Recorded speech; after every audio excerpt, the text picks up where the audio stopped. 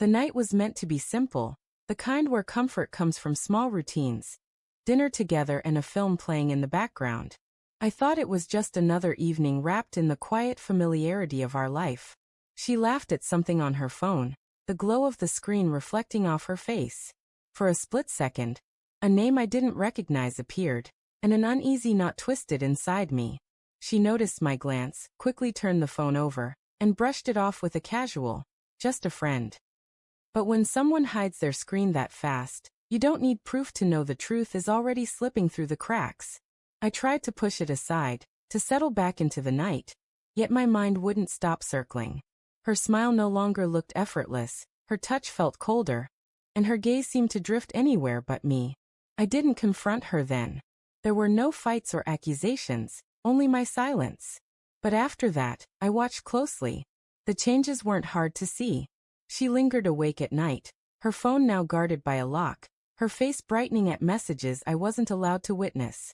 I became a ghost in my own home, staring at a woman who wore my wife's face but no longer carried the same heart.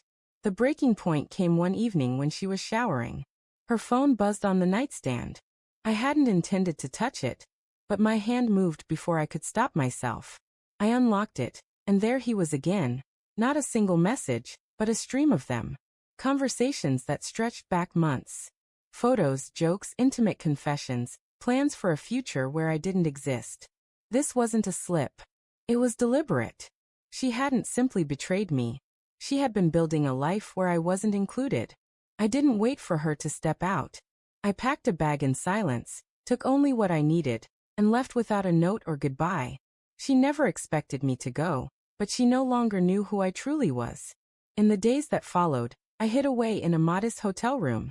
Her calls and texts came in floods at first, pleading, apologizing, promising explanations. But explanations don't erase betrayal. I blocked her, deleted our photos, cut every digital thread tying me back to her. You can't erase someone from memory, but you can dull their echo.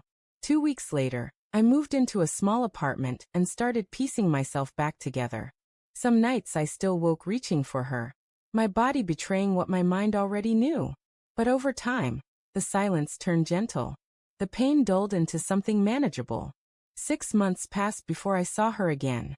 I was heading home with groceries when I spotted her outside my building. She looked smaller somehow, not physically, but in spirit, like the weight of her choices had hollowed her out. She greeted me softly, as though no time had passed. I said nothing. She asked to talk, and against my better judgment, I agreed. We sat at a cafe I'd claimed as part of my new life.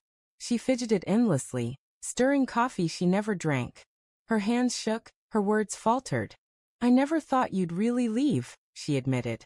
That was her mistake. Believing love made me weak. I told her it gave me strength to walk away. She tried to frame it as confusion, as if months of secrecy were a simple lapse. But mistakes don't come with good morning messages and stolen laughter. She cried, said she missed me, said she felt empty. I believed her sadness, but it didn't matter. Regret doesn't fix betrayal, and guilt isn't love. She whispered that she didn't need my forgiveness, only for me to know she still thought of us. I looked at her and felt nothing. Not anger, not longing, just a clarity I hadn't known before. I told her, "You think about us now, but you didn't fight for us when it mattered." She couldn't argue, and the silence between us said everything. I left her sitting there, walked back into my life, and didn't look back. When someone shows you what you mean to them, believe it. Don't wait for late apologies or words meant to patch over what's already broken. Sometimes the strongest choice is to walk away when they never expected you to, and never return.